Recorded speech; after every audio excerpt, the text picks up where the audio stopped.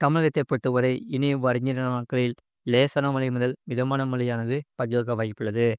மறக்காம நீங்க லைக் பண்ணிக்கோங்க, சப்ஸ்கிரைப் பண்ணிக்கோங்க.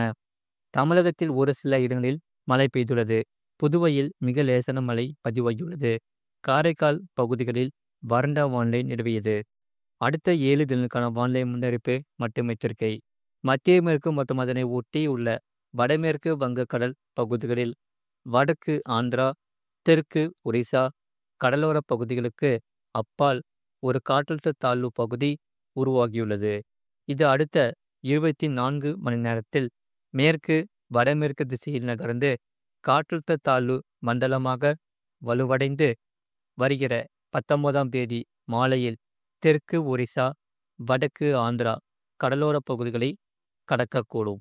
மேலும் மேற்கு திசை காற்றின் வேக மாறுபாடு காரணமாக வருகிற நாட்களில் மழையானது பதிவாக வாய்ப்புள்ளது. குறிப்பாக 18ஆம் தேதி தமிழகத்தில் ஓரிரு இடங்களிலும், புதுவை மற்றும் காரைக்கால் பகுதிகளிலும் லேசான மழை முதல் மிதமான மழை பெய்யக்கூடும்.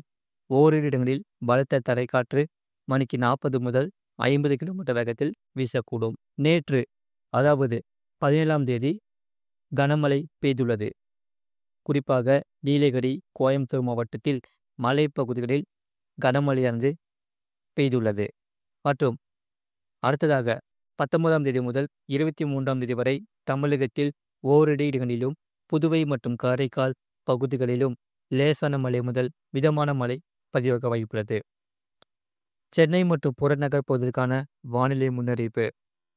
சென்னையை பொறுத்தவரை வானம் ஓரளவு மேகமூட்டத்துடன் காணப்படும்.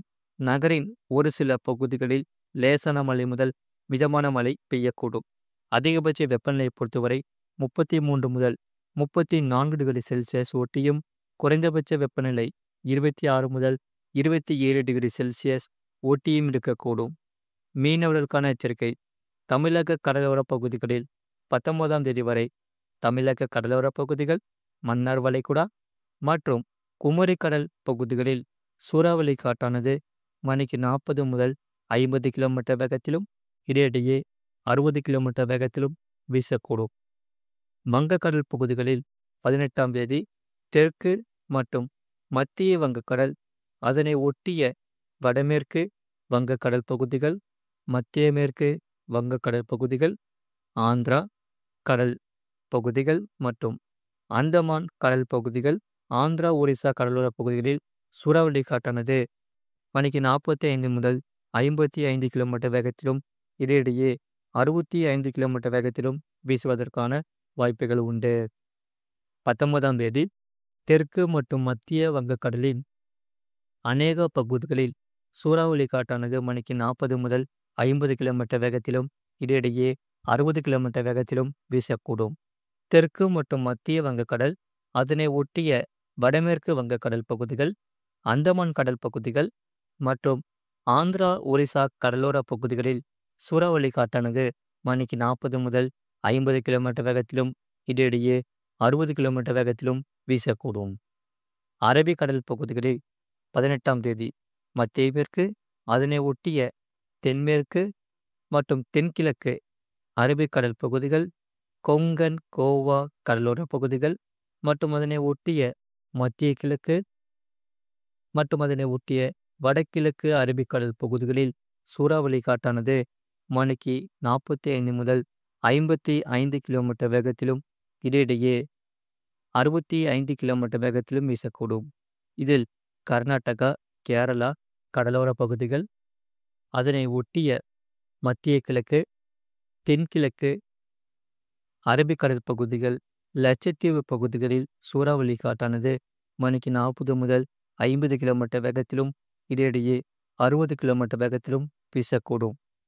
19ஆம் தேதி கொங்கன் கோவா கடலோர பகுதிகள், அதனை ஒட்டிய மத்திய கிழக்கு கடலோர பகுதிகள், சூறாவளி காற்றானது மணிக்கு 50 முதல் 60 கிலோமீட்டர் வேகத்திலும், இடையிடையே 70 கிலோமீட்டர் வேகத்திலும் வீசக்கூடும்.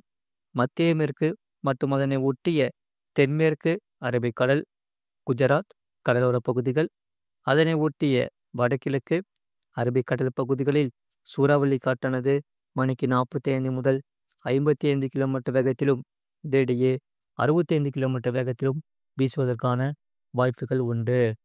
மேலும் மேற்குறிப்பிட்ட நாட்களில் மீனவர்கள் இப்பகுதிகளுக்கு செல்ல வேண்டாம் என்று அறிவுறுத்தப்படுகிறார்கள். மறக்காம நீங்க லைக் பண்ணிக்கோங்க, சப்ஸ்கிரைப் பண்ணிக்கோங்க.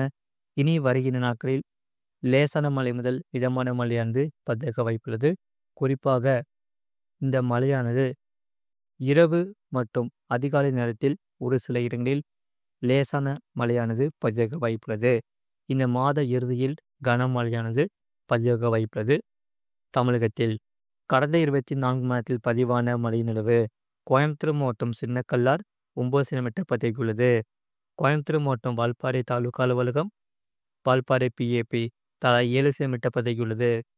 கோயம்புத்தூர் மாவட்டம் சின்கோனா, சோலையார், நீலகிரி மாவட்டம் நடுவட்டம் தலா 5 சென்டிமீட்டர் பதிவாகியுள்ளது. திருநெல்வேலி மாவட்டம் நாலுமுக்கு, நீலகிரி மாவட்டம் அவலாஞ்சி, தென்காசி மாவட்டம் குண்டாறு அணை தலா 4 சென்டிமீட்டர் பதிவாகியுள்ளது. கன்னியாகுமரி மாவட்டம் பாலமூர், திருநெல்வேலி மாவட்டம் ஊத்து, ராணிப்பேட்டை மாவட்டம் ஆற்காடு, திருவள்ளூர் மாவட்டம் பூண்டி, நீலகிரி மாவட்டம் தாலுகா அலுவலகம் பந்தலூர் தலா 3 சென்டிமீட்டர் பதிவாகியுள்ளது. சென்னை மாவட்டம் பெரம்பூர், சென்னை மாவட்டம் தண்டையார்பேட்டை, திருப்பத்தூர் மாவட்டம் நாட்டம்பள்ளி, கோயம்புத்தூர் மாவட்டம் சிறுவாணி அடிவாரம், நீலகிரி மாவட்டம் பாரியூர், திருவள்ளூர் மாவட்டம் சோழவரம், திருப்பத்தூர் மாவட்டம், தேனி மாவட்டம் பெரியாறு, செங்கல்பட்டு மாவட்டம், தென்காசி மாவட்டம் அடவிநாயர் அணை, சென்னை ஆட்சியர் அலுவலகம் தலா 2 சென்டிமீட்டர் பதிவாகியுள்ளது. விழுப்புரம் மாவட்டம் திண்டிவனம், கன்னியாகுமரி மாவட்டம் பேச்சிப்பாறை, வேலூர், நீலகிரி மாவட்டம் எமரலாடு, கோயம்புத்தூர் மாவட்டம் பொள்ளாச்சி, கன்னியாகுமரி மாவட்டம் சிவலோகம், திருவள்ளூர் மாவட்டம் தாமரைப்பாக்கம், கன்னியாகுமரி மாவட்டம் புத்தன் அணை, திருவள்ளூர் மாவட்டம் ஊத்துக்கோட்டை தலா 1 சென்டிமீட்டர் பதிவாகியுள்ளது. கிருஷ்ணகிரி, செங்கல்பட்டு மாவட்டம் திருப்போலூர், ராணிப்பேட்டை, திருவண்ணாமலை மாவட்டம் கலசப்பாக்கம், வேலூர் மாவட்டம் காட்பாடி தலா 1 சென்டிமீட்டர் பதிவாகியுள்ளது. வெப்பநிலையை பொறுத்தவரை அதிகபட்ச வெப்பநிலை மதுரை விமான நிலையத்தில் 38 டிகிரி செல்சியஸ் பதிவாகியுள்ளது. மற்றும் குறைந்தபட்ச வெப்பநிலையை பொறுத்தவரை கரூர் பருமத்தியில் 21 டிகிரி செல்சியஸ் பதிவாகியுள்ளது. இனி வருகின்ற நாட்களில் லேசான மழை முதல் மிதமான மழையானது தமிழகத்தில் பதிவாக வாய்ப்புள்ளது.